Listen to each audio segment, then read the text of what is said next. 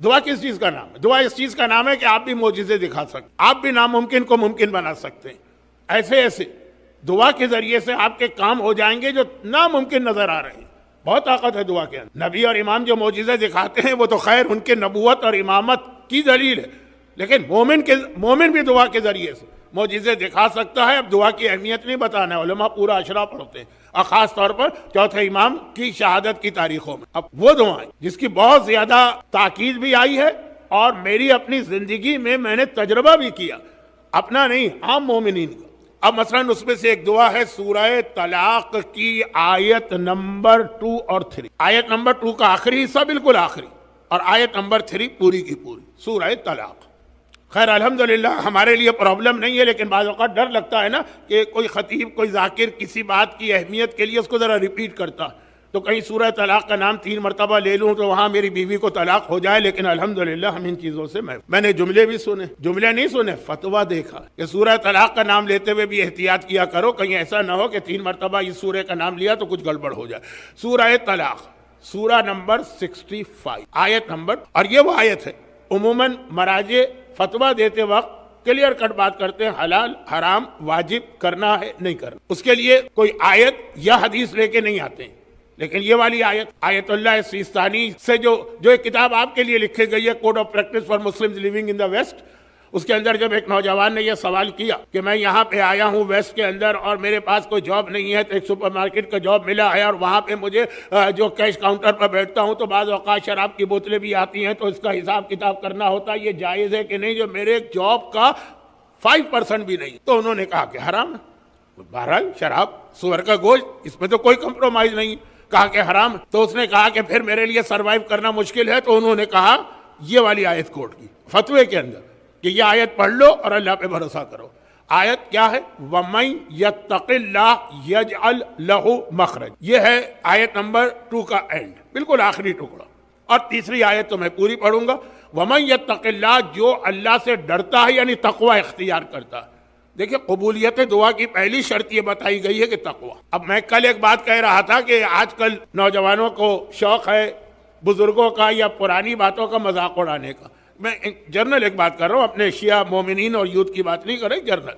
ہر پرانی چیز بری لگتی، اور میں نے کل عرض کیا تھا کہ نہیں، ہمارے بزرگوں کا ویژن تھا، جو چیزیں بھی انہوں نے رکھی ہیں بہت سوچ سمجھ کے رکھی. کسی بھی مرجع سے پوچھ لیجئے کہ کیا دعا مانگتے وقت عورت کے لیے سر کو چھپانا ضروری، سوائے نمازوں کے، اور حج میں بھی نہیں، نمازوں کے، کہ جہاں عورت کا ایک بال بھی نظر نہ آئے، اور کوئی عبادت میں اس انداز کی پابندی نہیں. لیکن ہمارے یہاں طریقہ تھا کہ جب کوئی دعا کا موقع آتا تھا عورت خود بخود اپنے سر کے اوپر دوپٹہ ڈال لیتی ہے. حتیٰ بڑی، ذرا لفظ صحیح تو نہیں ہے لیکن ٹائم نہیں ہے، برگر فیملی کی عورتوں کو بھی میں نے اذان کی آواز آئی سر پہ دوپٹہ ڈال لیا، اگر کوئی دعا کا موقع آیا سر پہ دوپٹہ ڈال لیا. اچھا اس میں بھی 1% تو ہر جگہ ایسی ہوتی کہ وہ دوپٹہ اس لیے ڈالا جاتا ہے کہ وہ آدھا چھپے اور آدھے وہ بال نظر آئیں کہ دیکھو ہم بیوٹی پارلر سے کس طرح تیار ہو. وہ تو انداز صحیح لگ جاتا کہ یہ دوپٹہ بال چھپانے کے لیے ڈالا جا رہا ہے کہ اور نمایاں، لیکن ایک عام عورت. اب اگر مجھے معلوم بعض خواتین نے آغا سیستانی سے یہ فتویٰ بھی پوچھا، سوال کیا کہ کیا یہ جو اذان ہوتی ہے تو اس وقت سر چھپانا واجب ہے، دوپٹہ پہننا؟ انہوں نے کہا واجب نہیں، وہ تو جو فتویٰ ہے وہ تو یس اور نو ہوتا.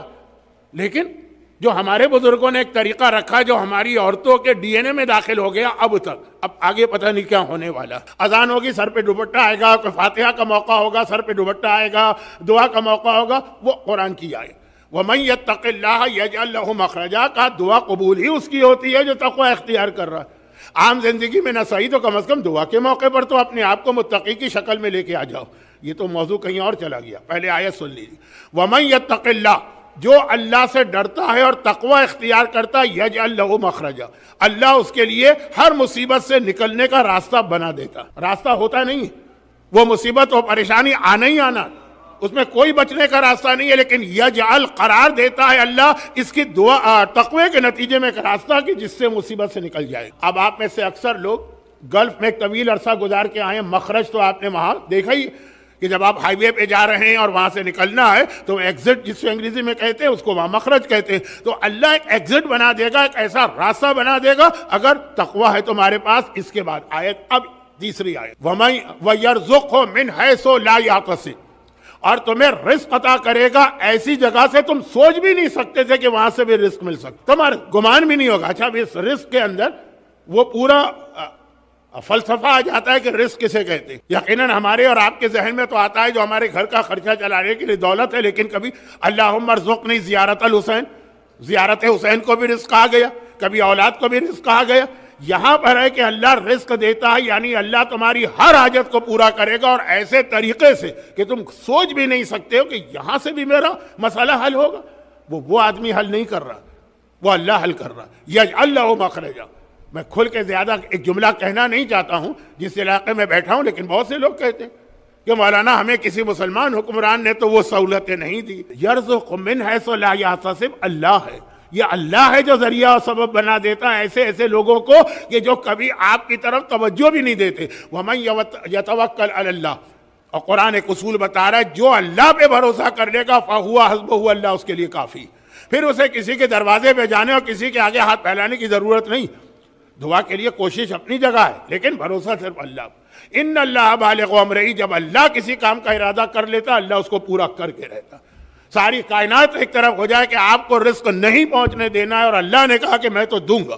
ان اللہ بالغ امرہ وقد جعل اللہ، بہت اہم، یہ آخر آیت مکمل، وقد جعل اللہ لکل شیء قدرا۔ ہاں مگر اللہ نے ہر چیز کے لیے ایک وقت رکھا۔ ہو سکتا ہے کہ آپ کوئی دعا 20 سال سے مانگ رہے ہیں اور پوری نہ ہوئی۔ امام نے 20 سال کا لفظ استعمال کیا، اس لیے میں نے یہ جملہ کہا۔ راوی نے کہا مولا میں ایک طویل عرصے سے دعا مانگ رہا ہوں، دعا قبول ہی نہیں ہو رہی۔ پھر آدمی جب زیادہ عرصہ گزر جائے تو ٹھنڈا پڑنے لگتا ہے، وہ جوش نہیں رہتا، وہ دعا میں کنسنٹریشن نہیں رہتا۔ امام نے کہا تم کیا ہو؟ موسیٰ اللہ کے معصوم نمائندے ہیں نا، 20 سال دعا مانگی کہ فرعون کے خلاف ان کو کامیابی ملے، تب اللہ نے ان کو کامیابی عطا۔ دعا مانگی تو خدا نے کہا میں نے تمہاری دعا قبول کر لی اسی وقت۔ نتیجہ آنے میں کتنا ٹائم لگا؟ 20 سال۔ جو کہ پورا واقعہ نہیں بتانا، لیکن ہر ایک کو پتہ ہے جناب شعیب، ان کی بیٹیاں، شعیب کی شرط اتنے سال میرے گھر کام کرنا ہے، تو پہلی بیٹی کی شادی، دوسری بیٹی کی، کا نتیجہ 20 سال بعد۔ تو دعا میں قد جعل اللہ لکل شیء قدرا، اللہ نے ہر چیز کی ایک وقت رکھا۔ لیکن مایوس کبھی نہ ہو، دعا پہ دعا مانگو، اور ایسے ناممکن کام۔ مثلا ملک یمن کا ایک مشہور واقعہ وہ یہ ہے کہ یمن کے بادشاہ کے پاس دنیا کا ایک بڑا قیمتی موتی آیا۔ شہید دستغیب شیرازی نے اپنی کتاب میں یہ واقعہ کوٹ، بہت قیمتی موتی آیا۔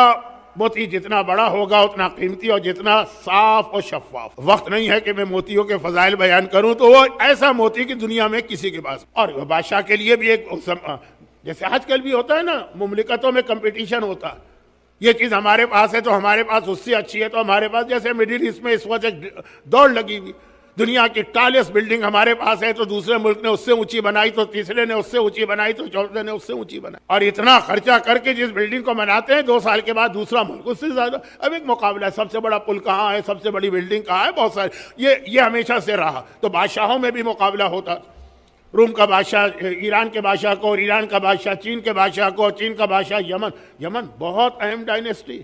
حضرت سلیمان کی شادی ملکہ بلقیس سے ہوئی، اور بہت بڑی ڈائنیسٹی سے، بہت بڑی بادشاہت تھی ایک زمانے میں۔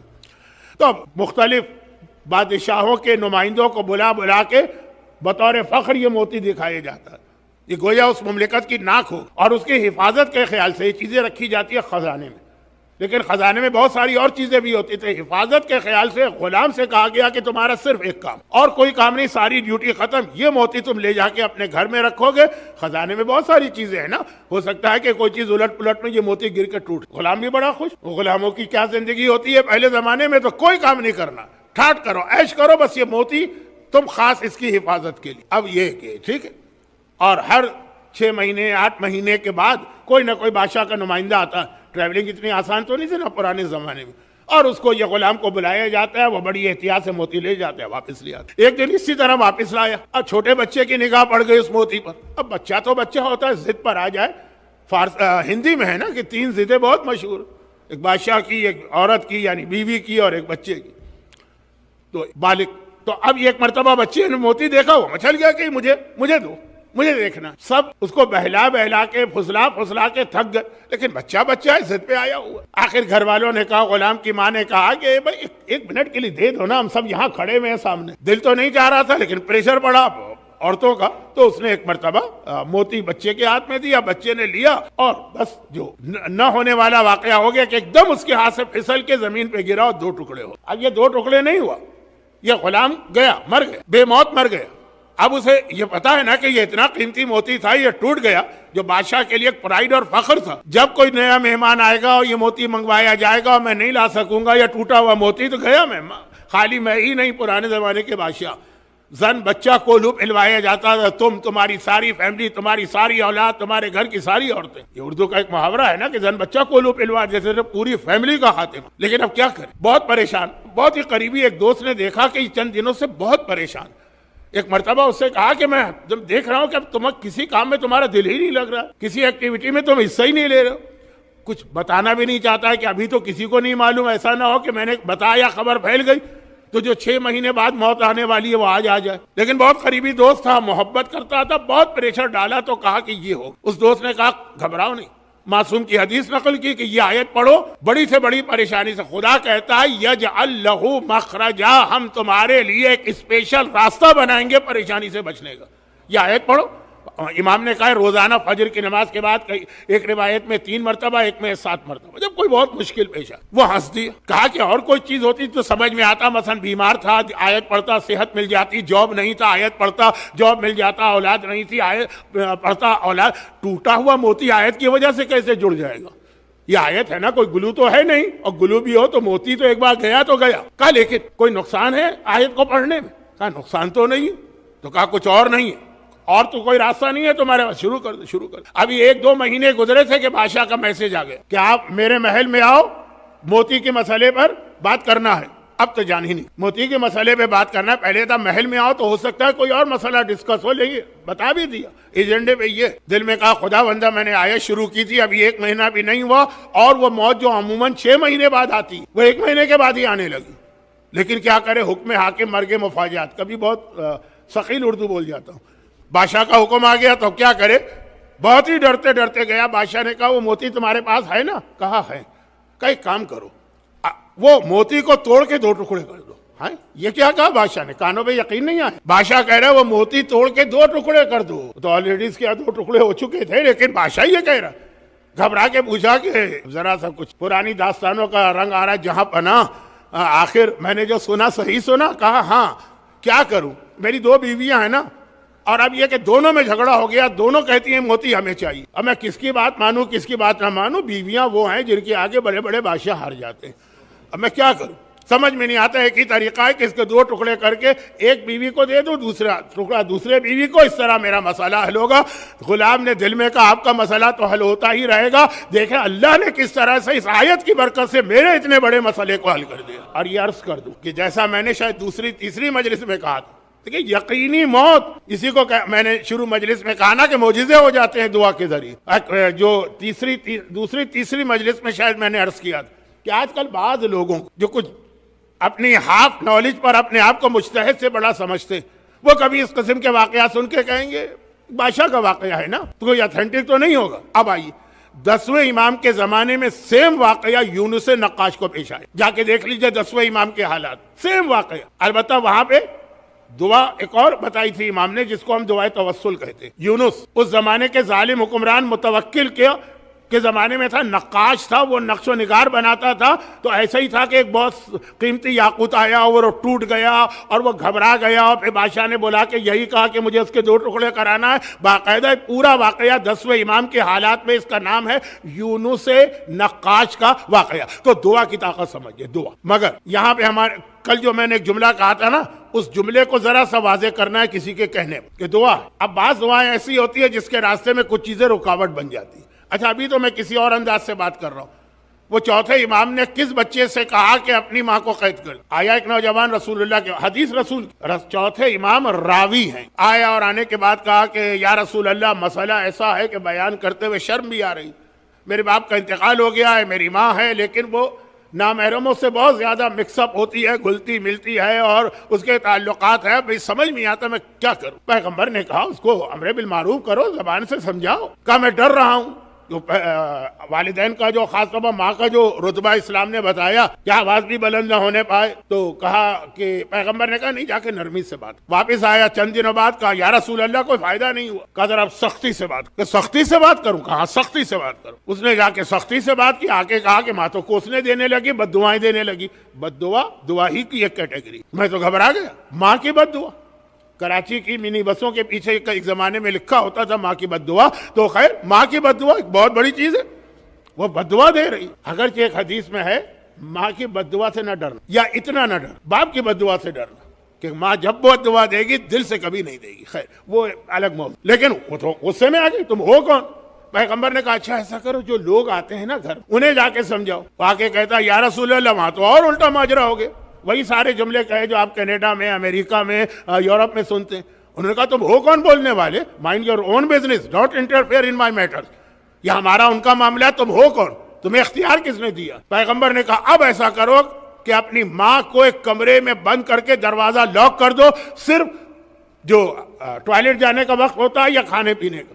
کہا یا رسول اللہ میں نے سختی سے بات کی تھی تو اس نے بال کھول کھول کے بد دعا دینا شروع کیا، اب تو پتہ نہیں کیا قیامت ڈھائی۔ کہا لیکن قیامت کے دن تیری ماں سے زیادہ خوش کوئی ماں نہیں ہو۔ قیامت کا ایک مسئلہ اور بھی، مسئلہ نہیں، قیامت کا ایک پیغام اور بھی، جب کسی مومن کو جنت میں بھیجا جائے تو پہلے اسے جہنم دکھائی جائے اور کہا جائے گا کہ اگر تم یہ اعمال نہ کرتے تو یہ تمہاری جگہ تھی، جو بچ گئے تم اپنی نیکیوں کی وجہ سے، تاکہ اب اس کی خوشی ڈبل ہو جائے۔ ویسے آپ نے کسی کو بھیج دیا، اس کو اندازہ نہیں ہوگا جو مصیبتوں سے گزر کے آیا ہو۔ اگر آپ مثلا پلین پہ بیٹھ کے کہیں پہنچ گئے کسی ایسے ملک میں اور آپ کو نیشنلٹی مل گئی، اندازہ نہیں ہوگا، لیکن جو بوٹ میں اور پتہ نہیں کہاں سے اور بارڈر کراس کر کے آتے ہیں ان کو زیادہ اندازہ ہوتا ہے۔ خیر میں اس موضوع پہ نہ بولوں تو بہتر۔ دکھایا جائے گا یہ ہے تمہاری اصلی جگہ اگر تم یہ نیکیاں نہ کر دیں، اور ہر جہنمی کو جنت دکھائی جائے گی۔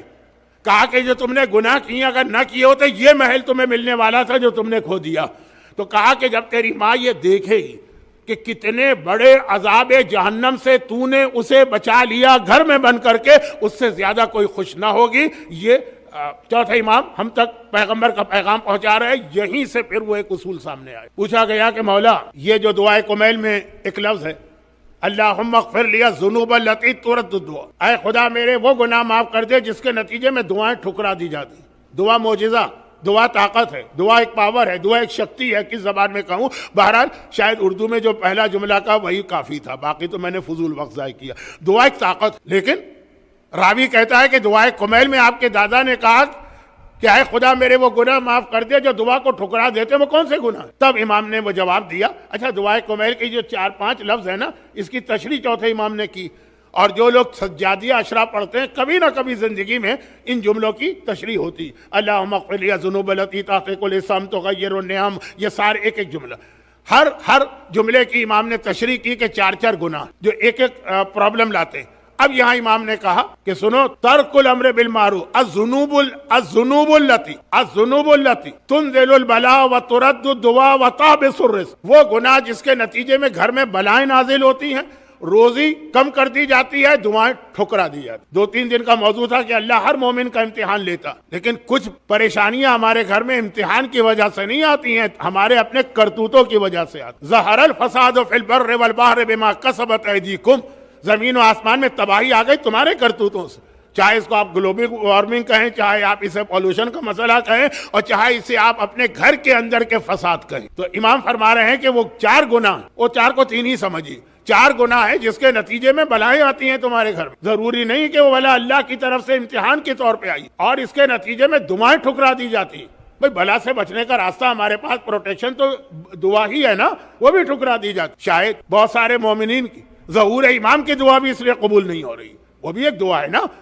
اور رزق، روزی تنگ کر دی جاتی، روزی ہر ایک کو ملے گی، کیونکہ ما من دابۃ علی الارض الا علی اللہ رزقها، اللہ کا وعدہ، ہر چلنے والے کو ہم رزق کو دیں گے لیکن تنگ۔ اب مولا کون سے 4 گناہ ہیں؟ تو میرا موضوع صرف ان میں سے ایک، ترک الامر بالمعروف والنہی عن المنکر، یہ 2 بڑے گناہ، وترک الاغاثۃ الملوف واعانۃ المظلوم، آخری، اور کسی مظلوم کی مدد نہ کرنا اور کسی پریشان حال کی فریاد پہ نہ پہنچنا، یہ وہ گناہ ہے جس کے نتیجے میں تمہارے گھر میں بلا آئی۔ امام نے فرمایا نا کہ ایک عالم جب قبر میں گیا تو اللہ نے کہا کہ تیری سزا ہے 100 کوڑے، ایک عذاب قبر کا بھی وعدہ تھا نا، وہ سارے وعدے تو آج ہی پورا کر رہا ہوں، چاہے 2 منٹ لے۔ 100 کوڑے، عالم، پوری زندگی دین کی خدمت کی، خدا بندہ کس لیے؟ کا 2 گناہ۔ اور پہلا گناہ یہ تھا کہ ایک دن تو نے بغیر وضو کے نماز پڑھا۔ اب وضو ہوتا ہے، کبھی وضو ٹوٹ جاتا ہے تو شرمندگی، خجالت، ایمبیرسمنٹ بتاتے نہیں ہے، نماز پڑھا۔ اور دوسرا یہ کہ تیرے سامنے ایک آدمی پہ ظلم ہو رہا تھا اور تو اس کو اگنور کر کے آگے بڑھ گیا۔ خدا بندہ یہ 100 کوڑے تو برداشت نہیں کروں گا، اچھا چلو شفاعت ہو گئی، جو کچھ ہوا رحمت ہوئی، 99، یہ بھی نہیں، 90، 80، 70، 50، 40، 10، 8، 3، 2، 1 کا ایک کوڑا یہ تو پڑھ کے رہے۔ شفاعت کے ذریعے 100 سے کم کر کے ایک کوڑا کر دیا گیا، لیکن یہ پڑھے گا۔ اور امام نے کہا وہ ایک کوڑا ایسا پڑا کہ اس دن سے لے کے آج تک اور آج سے قیامت تک اس کی ساری قبر آگ سے بھری۔ مظلوم کی مدد۔ یہاں پہ پھر ایک پیغام دے دوں جو کل میں نے دیا تھا، مومن کے بارے میں حسن ظن رکھے لیکن آخری زمانے میں محتاط رہی، کہیں حسن ظن سے وہ آپ فائدہ نہ اٹھا جائے، ناجائز فائدہ۔ مدد کرے مظلوم کی، لیکن اس میں بھی کہا کہ کہیں وہ تمہارے اس جذبے کو ایکسپلائٹ نہ کرے، اتنی سینس تم میں ہونی چاہیے۔ لیکن ایک اسلام کی بہت اہم